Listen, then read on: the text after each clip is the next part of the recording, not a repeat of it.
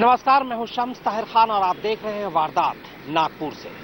क्योंकि नागपुर के इसी सेंट्रल जेल में 30 जुलाई की सुबह याकूब मेमन को फांसी दी गई। लेकिन इस फांसी से पहले क्या कुछ सस्पेंस रहा, दिल्ली में क्या हलचल रही और फिर सुबह होते होते नागपुर में क्या कुछ हुआ, ये सब कुछ आपको बताएंगे।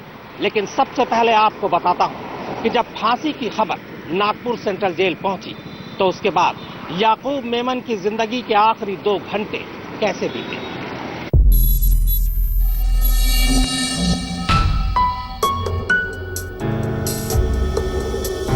नागपुर शहर के आसमान पर सूरज दस्तक दे चुका था, लेकिन शहर की सेंट्रल जेल के बाहर सरगर्मी चरम पर थी।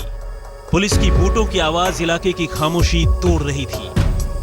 पुलिस ने जेल को चारों तरफ से घेरा हुआ था और वजह एक ही थी, मुंबई सीरियल ब्लास्ट मामले में पहली फांसी याकूब मेमन को दी जाने वाली थी।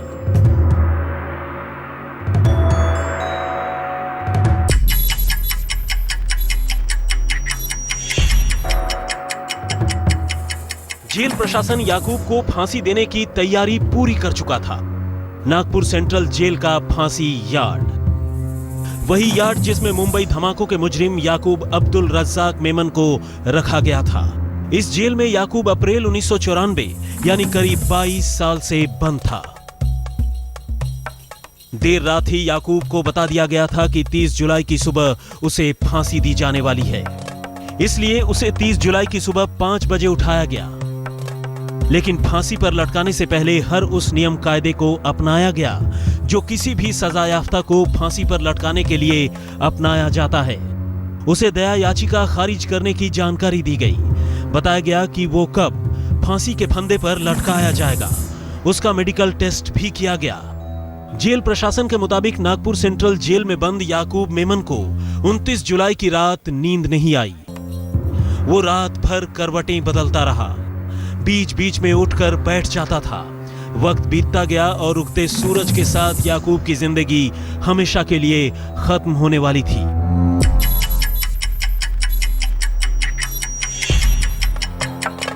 सुबह के 5:27 पूरी रात बेचैनी में गुजारने के बाद याकूब उठा। जेल के गार्ड ने उसे नहाने के लिए कहा और नए कपड़े दिए। याकूब नहाया और नए कपड़े पहने।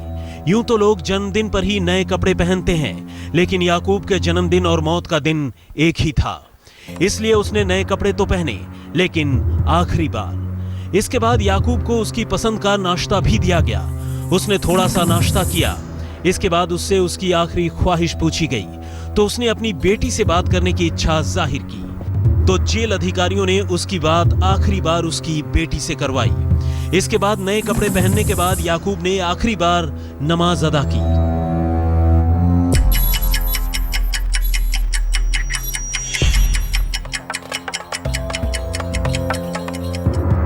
नमाज अदा करने के बाद याकूब को फांसी यार्ड की ओर ले जाया गया।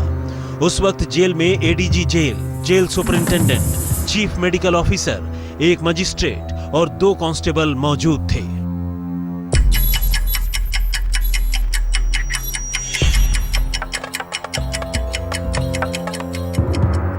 सुबह करीब 6:30 बजे याकूब मेमन को फांसी के फंदे पर लटका दिया गया।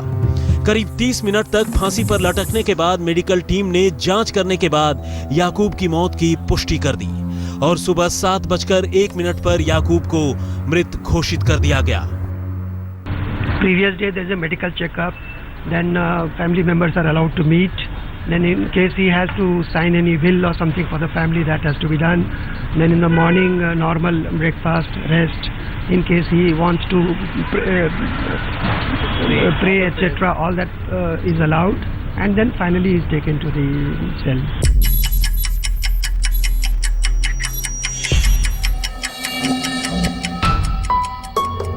याकूब को फांसी देने के बाद जेल अधिकारियों ने नियम के मुताबिक याकूब का पोस्टमार्टम किया और करीब 9:30 बजे याकूब के मृत शरीर को उसके भाइयों सुलेमान और उस्मान को सौंप दिया गया।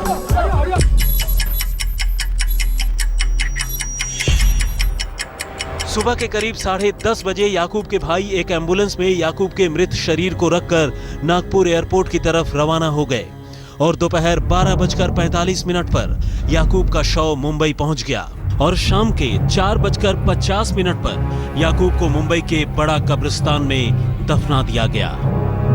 और इस तरह 1993 मुंबई सीरियल बम धमाकों के एक गुनहगार याकूब मेमन अपने अंजाम तक पहुंच गया।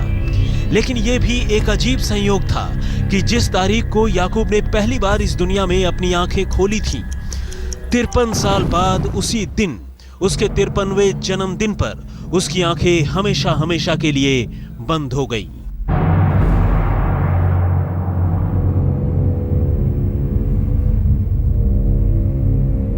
ऐसी फांसी कभी नहीं हुई जिसके लिए देश की सबसे बड़ी अदालत देर रात में बैठी और भोर को फैसला आया। ऐसी फांसी कभी नहीं हुई जिसमें एक तरफ अदालत की कार्रवाई चल रही थी तो दूसरी तरफ जेल में फांसी की तैयारी।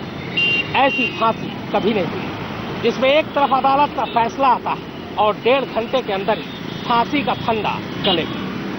30 जुलाई 1962 को याकूब मेमन की कहानी शुरू होती है और 30 जुलाई को याकूब मेमन की कहानी खत्म। कैमरामैन आलोक दास के साथ शम्स ताहिर खान, नागपुर सेंट्रल जेल, नागपुर। आज तक आजाद हिंदुस्तान के इतिहास में यह पहली बार था जब देश की सबसे बड़ी अदालत रात को लगी। देर रात अदालत इसलिए बैठी ताकि याकूब मेमन की फांसी पर फैसला लिया जा सके। 2.5 घंटे तक बहस चली और इसके बाद सुबह 4:55 पर फैसला आया। फैसला याकूब मेमन के खिलाफ था और इस फैसले के आने के साथ ही नागपुर सेंट्रल जेल में हलचल तेज हो गई। हर पल कहानी बदल रही है। मौत की तारीख 29 अप्रैल को ही तय हो चुकी है। डेथ वारंट जारी हो चुका है। उसके बाद कभी याचिका, कभी पिटीशन, तमाम चीजें सामने आ रही है।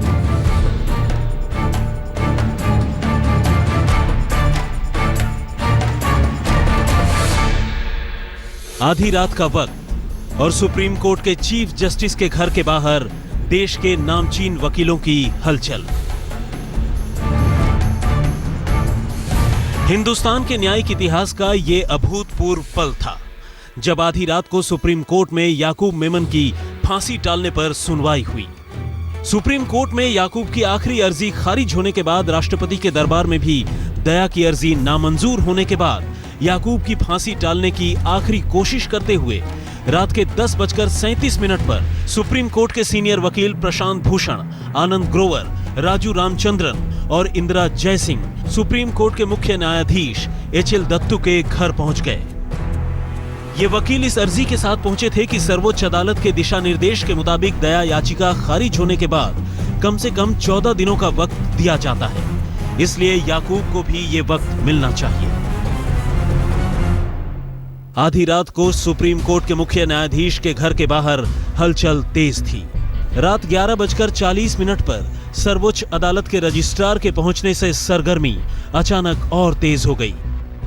सुप्रीम कोर्ट के मुख्य न्यायाधीश के घर पर करीब 3 घंटे तक विचार विमर्श के बाद रात 1:50 पर यह खबर आई कि मामले की सुनवाई सुप्रीम कोर्ट में होगी।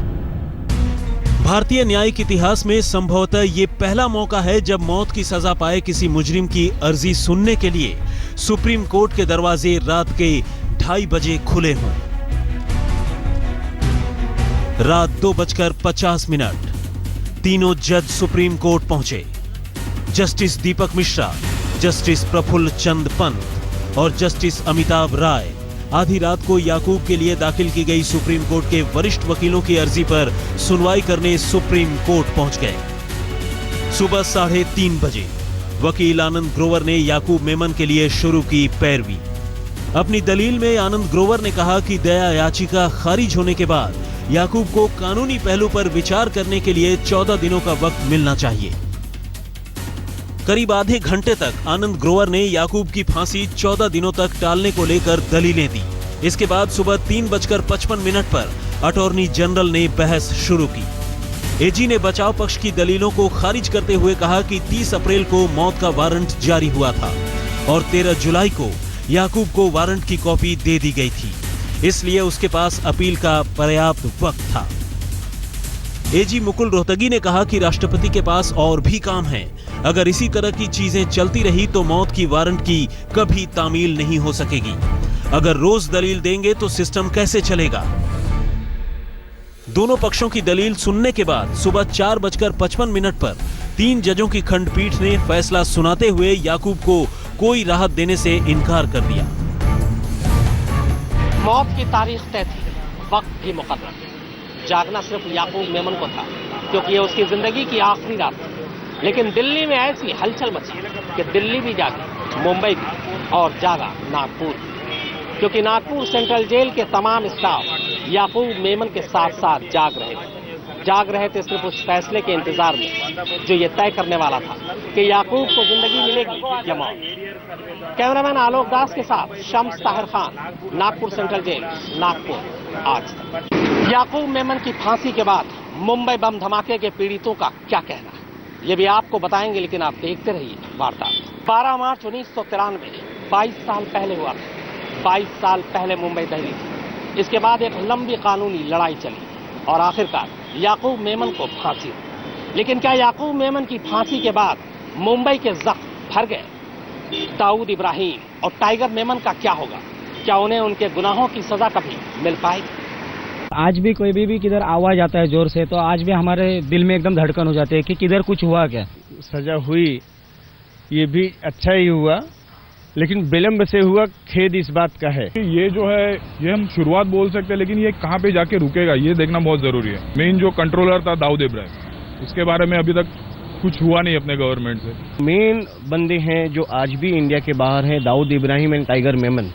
आज उनको इंडिया में लाके उनको पनिश करना बहुत जरूरी है। मुंबई धमाकों के गुनहगार याकूब मेमन को आखिरकार उसके उस अंजाम तक पहुंचा ही दिया गया जो हिंदुस्तान की सबसे बड़ी अदालत ने उसके लिए तय किया था। याकूब की फांसी के साथ ही मुंबई धमाकों से जुड़ा एक पन्ना भी जैसे हमेशा हमेशा के लिए बंद हो गया। लेकिन 1993 में हुए उस सीरियल ब्लास्ट को जिन मुंबईकरों ने अपनी आंखों से देखा और जिन्होंने इस ब्लास्ट में बहुत कुछ खोया, उनके दिल में याकूब की फांसी के बाद भी जैसे एक कसक सी बाकी है। कसक कानून के लंबे हाथों के अब तक इस साजिश के सबसे बड़े गुनहगारों तक न पहुंच पाने की। कसक इंसाफ में हुई देरी की। कसक फांसी के नाम पर हुई सियासत की। और कसक नफरत के एक बेचैन करने वाले सिलसिले की। आज भी कोई भी किधर आवाज आता है जोर से, तो आज भी हमारे दिल में एकदम धड़कन हो जाती है कि किधर कुछ हुआ क्या। सजा हुई, ये भी अच्छा ही हुआ, लेकिन विलंब से हुआ, खेद इस बात का है। ये जो है ये हम शुरुआत बोल सकते हैं, लेकिन ये कहाँ पे जाके रुकेगा ये देखना बहुत जरूरी है। मेन जो कंट्रोलर था दाऊद इब्राहिम, उसके बारे में अभी तक कुछ हुआ नहीं अपने गवर्नमेंट से। मेन बंदे हैं जो आज भी इंडिया के बाहर हैं, दाऊद इब्राहिम एंड टाइगर मेमन। आज उनको इंडिया में लाके उनको पनिश करना बहुत जरूरी है। जाहिर है अब याकूब की फांसी के बाद मुंबई के बाशिंदों को उस दिन का भी इंतजार है जब पाकिस्तान में छुपे अंडरवर्ल्ड डॉन दाऊद इब्राहिम और टाइगर मेमन को भी उनके गुनाहों की ऐसी ही सजा दी जाएगी। साहिल जोशी के साथ शम्स ताहिर खान, मुंबई, आज तक। मुंबई बम धमाके के सिलसिले में किसी आरोपी को यह पहली फांसी दी गई। आखिर क्या था याकूब मेमन का गुनाह, आपको यह भी बताएंगे, लेकिन एक ब्रेक के बाद। आप देखते रहिए वारदात। 1993 बदला था 92 के दंगे का और मुंबई को दहलाने की साजिश रची थी टाइगर मेमन ने अंडरवर्ल्ड डॉन दाऊद इब्राहिम के साथ मिलकर। लेकिन आखिर इस साजिश में याकूब मेमन की क्या भूमिका थी? अदालत ने याकूब मेमन को कहां और कैसे गुनहगार ठहराया? टाडा कोर्ट ने याकूब मेमन को जिन गुनाहों के लिए दोषी ठहराया और जिसके लिए फांसी की सजा दी, वो गुनाह ये हैं। मुंबई धमाके के लिए पैसे जुटाए, पाकिस्तान में ट्रेनिंग के लिए एयर टिकट बुक किए। 13 फरवरी 1993 को याकूब ने अस्कर मुकादम को चौकसी से 1 करोड़ रुपए कलेक्ट करने को कहा। 9 मार्च को याकूब ने असगर से टाइगर के अकाउंट से 25 लाख और ओहालिया के अकाउंट से 10 लाख रुपए ईरानी के अकाउंट में डालने को कहा। 10 मार्च को याकूब ने फिर से ईरानी के अकाउंट में 21 लाख रुपए ट्रांसफर करने को कहा। ये सभी पैसे मुंबई धमाके की तैयारी के लिए थे। धमाकों से पहले हथियारों से भरे 7 सूटकेस में से 5 सूटकेस अपने घर में खुद याकूब के जरिए रिसीव करना। धमाके से एक दिन पहले पूरे परिवार के साथ याकूब का दुबई और फिर पाकिस्तान जाना। याकूब मेमन को टाडा कोर्ट ने 27 जुलाई 2007 को फांसी की सजा सुनाई थी। 31 मार्च 2013 में सुप्रीम कोर्ट ने भी मौत की सजा बहाल रखी। 2014 में राष्ट्रपति प्रणब मुखर्जी ने याकूब की दया याचिका खारिज कर दी थी। इसके बाद इसी साल 10 अप्रैल को सुप्रीम कोर्ट ने भी दया याचिका खारिज कर दी। इसके बाद 29 अप्रैल को टाडा कोर्ट ने याकूब मेमन का डेथ वारंट जारी कर दिया और फांसी की तारीख तय की 30 जुलाई, जो इत्तेफाक से याकूब मेमन के जन्म की भी तारीख थी। शम्स ताहिर खान, नागपुर, आज तक। तो याकूब मेमन को तो कानून ने सजा दे दी, लेकिन अब सबसे बड़ा सवाल यह है कि अंडरवर्ल्ड डॉन दाऊद इब्राहिम और टाइगर मेमन का क्या होगा? क्या वो कभी कानून के फंदे में आएंगे? इसी सवाल के साथ वारदात में बस इतना ही।